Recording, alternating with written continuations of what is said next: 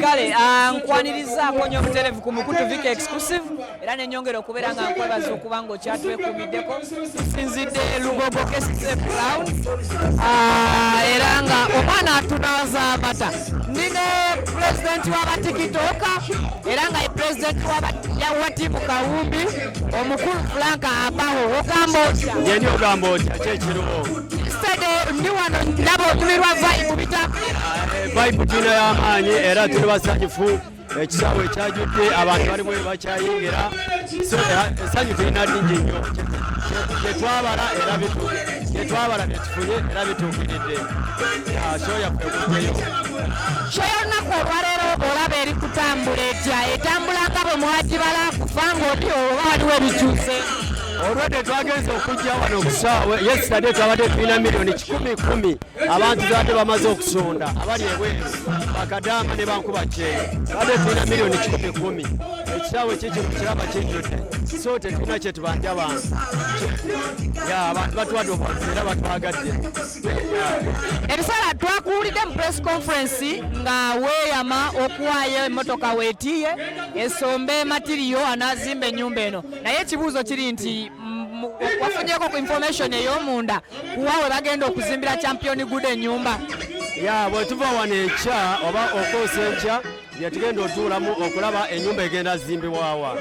nina ebimotoka bye bayita Snotruck njabawaako emmotoka emu ebakolera omulimu okusomba matiriyo agenda ozimba ennyumba eyo so buli kimu kijja tambula bulungi nga bwe twabibala era bwe bitambudde bwe twakisuubira bwe kitambudde jo twabadde tulina sente ez'abantu abasasula zetebo buli kimu nga tulina miliyoni 10,000 gattako abantu abali wano ekisaawe kijjudde so tetulina kyetubanja abawagizi ba Alien Skin oba ba champion Gudo twala eri okusiima bakadaama ne bankuba kyeyo omulimu bagukoze naye kampani zezimu eziri mu Uganda waliwo abadde bagamba nti Alien Skin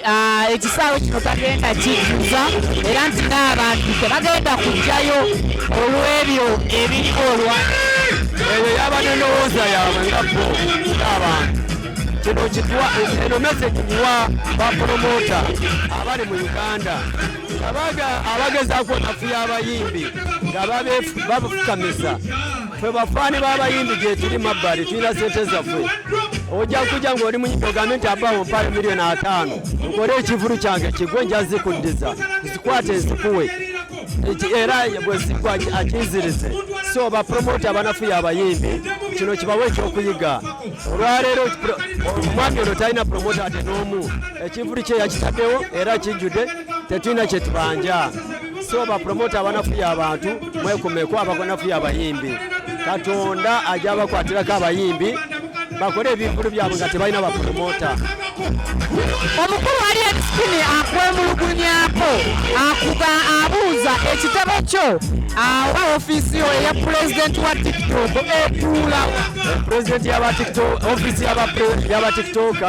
ngenda giteeka ku fangoni era yambadde olungi wetugenda ogiteeka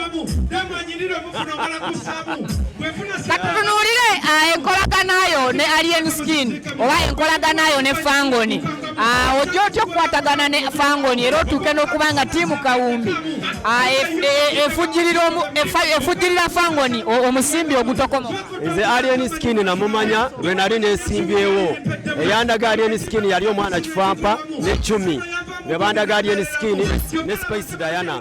ne bambeererawo mu kalulu ke twalimu era Spice Diana mwagala ne Alien Skin akwatagana olwo ne Alien Skin up to now kuba yambeererawo ko naweereza basharifu nga ssente ne babeera nga bampaana bankolera zikampayini ne banawonoono omwana Despacito awo nafuna enkwatagana yange ne Alien Skin up to now era mwagala muli bavubuka bato Fulanka bwatandikawo ekintu kya tiimu Kawumbi oluvannyuma lwa Alien Skin okukuba oluyimba olumanyiddwa nga Mission Kawumbi kyali kigendererwa kigwe wabba idea oba gwe wabba idea Skini olunaku lwe yava e London yajja bwe twamugja ku airport n'agamba Franka engeri gy'olina ku stage baneetagala okola ekibiina nga bakiyita ttiimu Kawumbi nga kimakinga n'oluyimba Mission Kawumbi era bwekisiki kwe nasinziira naye ekigambo ekyo yakimpa. Tutunuulire ttiimu Kawumbi biki byekoledde bannayuganda naddala abo abakulonda ku mukutu gwa ttiimu Kawumbi bingi byekoledde abannayuganda kasita otutuukirira tukwatako otuwa byotugambe tulina byetukola ebirala ne tutabikola naye nga tuyambye abaana bangi ate tukyabayamba. Bannayuganda basuubire kuganyulwa batya abatali ku TikTok mu ttiimu Kawumbi. Tujja basika mpola mpola bajje beerigyestaringe kibeere ffena mu kibiina kyaffe then bajaganyirwamu. Kibiina ky'abatiimu Kawumbi kiringa boolaba abagaga kwagalana naffe tulina ekyaffe bakiyita ttiimu Kawumbi sente mweziri olina okubanga olina Kawumbi twakawudiyo okukola ekibiina ekyo n'okituma erinnya Kawumbi sente zaffe tuzirina. Bweka Frank abawo twakulaba juzi nga weeyama ensawo za sementi 10. Twakulaba juzi nga weeyama okuwaayo ensawo za sementi 10 era n'oziwaayo sente mu kashi. Lwaki okikoze mu kadde kano era nga bannayuganda bwe beebuuza nti lwaki abayamba muyambira nnyo mu kamera gani okuyamba mu kasirise kosi tukulabye ku ba TikTok ab'enjawulo obayambira mu kamera? Abasinga tubayambidde out of camera. Oba oyagala tukuyambire mu kamera tukuyambira mu kamera naye ng'abantu bangi betuyambye nga tebali mu kamera. Alien Skin mwenyini yaŋŋamba n'aŋŋamba abawo njagala tukwatireko champion Gudo okumuzimbira naye mugamba agenda kuwa ensawo 10 ekya simiti n'agamba ensawo 10 ezo zireete mu kamera ye mwenyini. Ekyokubiri ffe tuli mu media tuli mu kamera era bw'oba otwetaaga tukuyambira mu kamera. Kale ofiisi yo eyamba omuntu yenna atali ku TikTok oba ekoma ku ba TikTok? Tuyamba ba TikTok n'abayimbi ne ba YouTuber aserebo kale abantu bonna bali media naye bw'oba oli Kagadi eyo mbyalo ffe tetukuyamba. Tuyamba abaana abali media ba YouTuber abakola ku TV ba TikTok tukwatagana bwe tutyo. Wali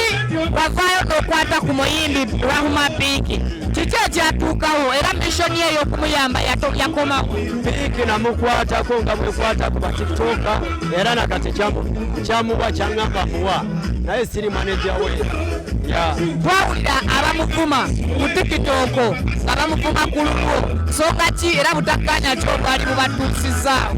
Asuuliddemu awo ziriramu ebikundi biwogana nnyo. Twawulira oluvannyuma lwaggwe okuvaayo n'oyamba ku Rahuma Piki waliwo ba TikTok bootambula nabo abaavuma Rahuma Piki ne bamulangira ebisongovu. Obutakkanya bwali buva ku ki balyoke bamuvuma? Abamuvuma baali balina essuubi sente genda zikwata ziteeke mu Piki ate bo ne mubayamba ate si bwe kyali bonna mbayamba ate ne Piki muyamba. Ye yali endowooza yaabwe. Tweyanziza nnyo tweyanzege Frank tuli Lugogo Kesise Grounds era nga tujja kuba tweyongera okubeera nga ate tubatuusaako embeera yonna nga bwenaatambula. We sign out.